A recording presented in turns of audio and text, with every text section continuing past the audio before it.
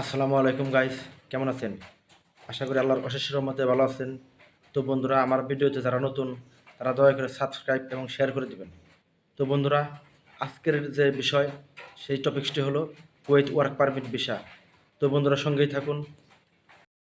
আসুন এক নজরে জেনে নেই কুয়েত যেতে কত টাকা লাগে, বয়সের সময়সীমা কেমন লাগে, কোন কোন কাজের চাহিদা বেশি, বেতন কত, এসব ইত্যাদি ইত্যাদি বিষয়ে আজ আলোচনা করব। তো বন্ধুরা, সঙ্গেই থাকুন। কুয়েত সাধারণত এশিয়া মহাদেশের মধ্যে ছোট্ট একটি দেশ, যার পার্শ্ববর্তী দেশ হলো ইরাক ও সৌদি আরব। এই দেশটি মূলত তেল ও গ্যাস এর উপর নির্ভর করে। এখন আসি বাংলাদেশি নাগরিকদের ক্ষেত্রে কুয়েতে ওয়ার্ক পারমিট ভিসা পাওয়ার জন্য যে কত টাকার প্রয়োজন হয়। বাংলাদেশ থেকে যে সমস্ত বাইরা কুয়েত সাধারণত কাজের উদ্দেশ্যে যেয়ে থাকে, তাদের সাধারণত 5 থেকে 8 লক্ষ টাকার প্রয়োজন হয়। এটা কোনো কোনো এজেন্সি আবার কম বেশিও নিয়ে থাকে। তো সাধারণত 5 থেকে 8 লক্ষ টাকার মধ্যেই হলেই হয়ে যায় এই কুয়েতের ওয়ার্ক পারমিট ভিসার ক্ষেত্রে। আবার ভিসার ক্যাটাগরি অনুযায়ী রেটটা কম বেশি হয়ে থাকে। যেমন স্টুডেন্ট ভিসার ক্ষেত্রে 2 থেকে 3 লাখ টাকার প্রয়োজন হয় এবং ট্যুরিস্ট ভিসার ক্ষেত্রে 1 থেকে 2 লক্ষ টাকার প্রয়োজন হয়। তো বন্ধুরা, এখন আসি কুয়েত যেতে সাধারণত বয়স কেমন লাগে।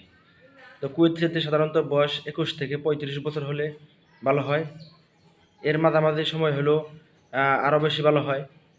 যেমন 25 বছর, 28 বছর, সেক্ষেত্রে কিন্তু অনেকটা ভালো হয়। কুয়েতে যাওয়ার সাধারণত বয়স, সর্বনিম্ন বয়সটা যেটা থাকে সেটা হলো 18 বছর। তার মধ্যে 21 থেকে 35 বছর হলে সর্বোচ্চ প্রযোজ্য বয়স, এমনকি ভালো হয়। তো বন্ধুরা, এখন আসি কুয়েত ওয়ার্ক পারমিট ভিসার ক্ষেত্রে কী কী ডকুমেন্টস পেপার লাগে। আর ডকুমেন্টস পেপারগুলোর মধ্যে সর্বপ্রথম লাগে একটি valid passport, CV, police clearance certificate. তো অনেক সময় কাজের এক্সপিরিয়েন্স থাকলে ওয়ার্ক এক্সপিরিয়েন্স সার্টিফিকেটটার প্রয়োজন হয়, আবার কোনো কোনো ক্ষেত্রে হয় না। যেমন আনস্কিলদের ক্ষেত্রে ওয়ার্ক এক্সপিরিয়েন্স সার্টিফিকেটের কোনো প্রয়োজন হয় না।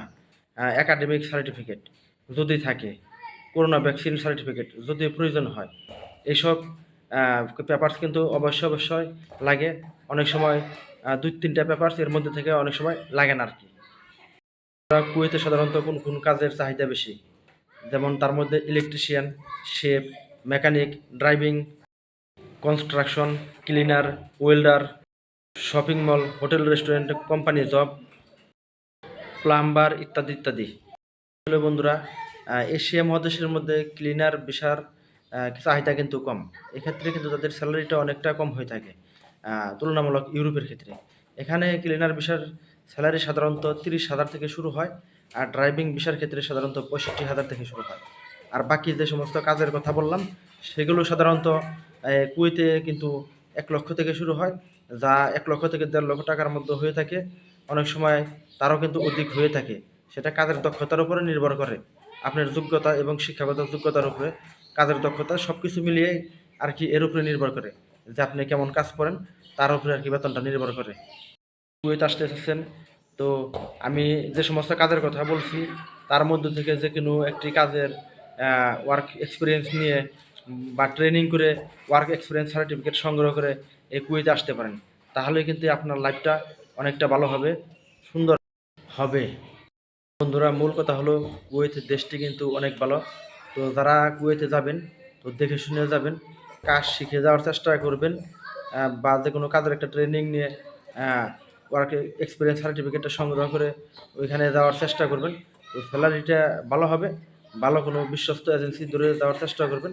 তো বন্ধুরা, ভিডিওটি আজ এই পর্যন্তই। ভালো থাকবেন।